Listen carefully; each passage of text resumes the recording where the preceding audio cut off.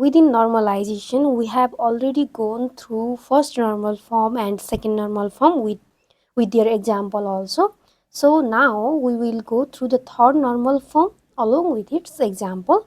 And inside third normal form, the major task that we need to perform is to remove transitive dependency from our relation. So before being able to remove transitive dependency, at first we need to know about the transitive dependency. कुनै कुरा remove गर्नको लागि फर्स्टमा त त्यो के हो भनेको त हामीले जान्नु पर्यो नि त. So inside tutorial of functional dependency, we have already gone through different types of functional dependency along with partial, fully, transitive, multi-valued and joint dependency. So to know about it in depth, you can go through that tutorial also, or म एकचोटि यसमा फेरि पनि त्यो कुरा revise गर्छु. So before starting third normal form, first let me tell you about transitive dependency.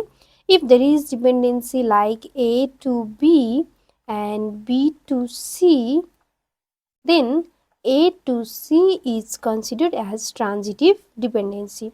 If A determines B, B determines C, then A determines C भन्ने जुन functional dependency छ, this is considered as transitive dependency. अब अरु कुरा त we will explore through an example.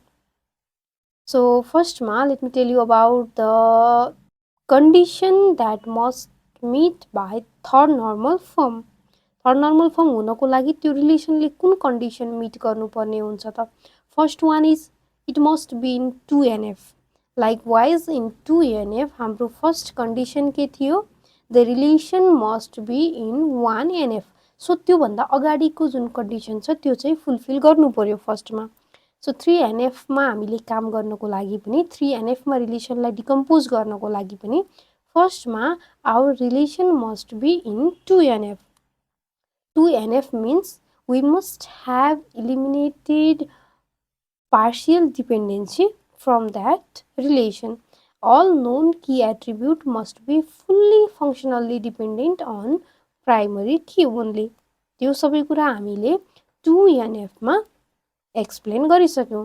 So 2NF बुझेको भएपछि हाम्रो रिलेसन 2NF मा छ छैन हामीले इजिली आइडेन्टिफाई गर्न सकिन्छ. Then the second condition is we must ensure that there is no transitive functional dependency in our relation. So transitive functional dependency भनेको के हो त? There should be no known key attribute that is functionally dependent on other known key attribute. Suppose A primary key हो, A determines the value of B, your known key attribute हो, and your known key attribute determines another known key attribute in a relation. त्यो भयो भने यो के हुन्छ, ट्रान्जिटिभ dependency हुन्छ. That means यहाँ के भयो भने known key attribute dependent भयो एकअर्कामा. So known key attribute must be mutually independent हुनु पर्यो. So हामीले यो खालको सिनेरियो छ हाम्रो रिलेसनमा भने we must know that there is transitive dependency, and to make sure our relation is in third normal form we must have to eliminate that transitive functional dependency from our relation. So यो transitive functional dependency लाई एउटा expression को form मा express गरेको मात्रै छ, which I have already mentioned. So here I have mentioned one table, one relation. यहाँ के छ भने suppose हाम्रो primary key in this relation के छ, employee ID. employee ID primary key भन्नुको अर्थ के हो, employee ID ले के determine गर्छ, employee name determine गर्छ, it determines department ID, it determines department name, it determines department location. Although employee ID determines the value of department ID that employee works on, but actually department name and department location त खास यो department ID मा dependent हुने हो नि त. department 1 HR, department 2 ID, department 3 account. So यो जुन department name र त्यो department भएको location जुन छ, या employee ID भनेपछि कुनै पनि employee can work on only one department, तर there can be the lots of employee who works on same department. त्यो हुँदाखेरि त हाम्रो के हुने भयो, त्यो डिपार्टमेन्टको सबै डेटाहरू जति हुन्छ, डिपार्टमेन्ट नेम, लोकेसन, अरू फर्दर डिटेलहरू छ भने त्यो कुरा त सेम डिपार्टमेन्टमा काम गर्ने एभ्री इम्प्लोइकोमा त्यो रिपिट हुँदै जाने भयो नि त।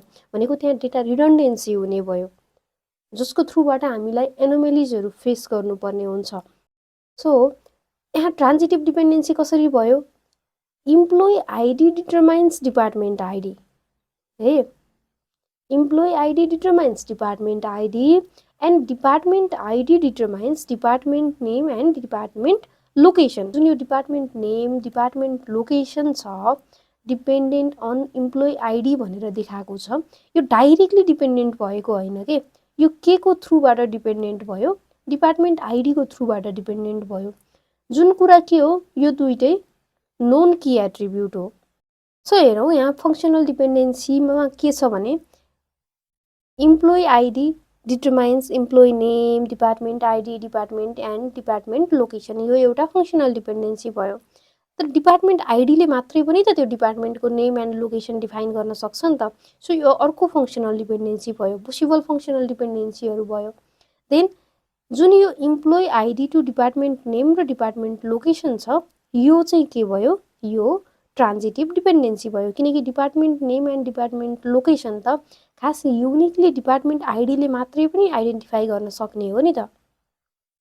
हामीलाई त्यसको लागि इम्प्लोइ आइडी त चाहिने थिएन, तर यो इम्प्लोइ आइडीले यसलाई आइडेन्टिफाई गर्ने भएको भएर, ए टु बी भएको भएर यहाँ आउँदाखेरि यो ए टु सी भएको हो नि त, किनकि यो बी टु सी छ, यसमा यसको र यसको बिचमा रिलेसन ए टु बी छ, देन गएर ए टु सी भएको।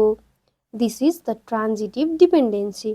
अब हामीले थर्ड नर्मल फर्ममा के गर्नुपर्ने हुन्छ, यस्तो ट्रान्जिटिभ डिपेन्डेन्सीलाई we must have to eliminate that. So in this table department name and department location department depends on department ID but actually not on employee ID. So त्यो ट्रान्जिटिभ डिपेन्डेन्सी भयो भने हामीले कस्तो प्रब्लमहरू फेस गर्नुपर्ने हुनसक्छ त। ट्रान्जिटिभ डिपेन्डेन्सी छ यहाँ, किनभने हामीले अलरेडी भनिसक्यौँ, इम्प्लोइ आइडीले डिपार्टमेन्ट आइडी डिफाइन गर्छ, डिटरमाइन गर्न सक्छ, र department ID alone can determine department name and department location. So there is no need of employee ID to determine the value of department name and department location. तर हाम्रो के भयो, employee ID primary कीले यसको value identify गर्दाखेरि त्यो directly होइन कि डिपार्टमेन्ट आइडीको थ्रुबाट डिटरमाइन गरिराखेको छ। So there is transitive dependency between these two attributes and employee ID, these two non key attributes and our key attribute employee ID. यो हुँदाखेरि इस्यु के हुन्छ, if we update department name or department location at one row, एउटा रोमा हामीले update गर्यौँ भने त्यो डिपार्टमेन्टमा काम गर्ने जति पनि इम्प्लोइ छ उनीहरू सबैको रोमा गएर हामीले department name and location update गर्नु पर्यो। त्यो गर्दा अपडेट एनोमेली हुनसक्छ। अब हामीले के गर्छौँ, यसलाई डिकम्पोज गर्छौँ टु डिफ्रेन्ट टेबल्समा। So to eliminate transitive dependency we have to create separate table for department here. Employee ID and employee name, तर उसको डिपार्टमेन्ट आइडी त हुने नै भयो हामीसँग। देन डिपार्टमेन्टको मात्रै रेकर्ड राख्नको लागि हामी डिपार्टमेन्ट आइडीलाई की एट्रिब्युट बनाएर हामी के गर्छौँ, अब डिपार्टमेन्टको एनदर टेबल क्रिएट गर्छौँ। So this table is employee table and this table is department table. अब यति गरेपछि हामीले अब चेक गर्नु पर्यो whether there is transitive dependency in those decompose table or not. अब यहाँ ट्रान्जिटिभ डिपेन्डेन्सी छैन, किनभने इम्प्लोइ नेम पनि उसको आइडीसँग डाइरेक्टली रिलेटेड हुन्छ र उसको कार्ड छ भने त्यहाँ उसले काम गर्ने डिपार्टमेन्ट पनि डाइरेक्टली मेन्सन भएको हुन्छ। सो डिपार्टमेन्ट आइडी पनि उसको मेन्सन हुन्छ, उसले कुन डिपार्टमेन्टमा काम गर्छ भनेर त्यो इम्प्लोइ आइडीबाट नै थाहा हुन्छ। Then department name and department location, sorry I had to remove this row, यो रो चाहिँ हाम्रो हुँदैन। सो यो हाम्रो अब के भयो, थर्ड नर्मल फर्म भयो, किनकि डिपार्टमेन्टको जुन नेम एन्ड लोकेसन थियो, अब यहाँ इम्प्लोइको नेमहरू थपिँदै जाँदाखेरि यो दुईटा एट्रिब्युट, यो दुईटा कोलमको भ्यालु रिपिट हुँदै जाने भएन। So these two attributes we can be uniquely identified by department ID only, no longer depend on employee ID for their value. In case of third normal form, यो हामीले के भनेको थियौं, it's employee table and it's department table. So यसरी हामीले third normal फर्ममा के गर्छौं, रिलेसनमा भएको ट्रान्जिटिभ डिपेन्डेन्सीलाई इलिमिनेट गर्छौं।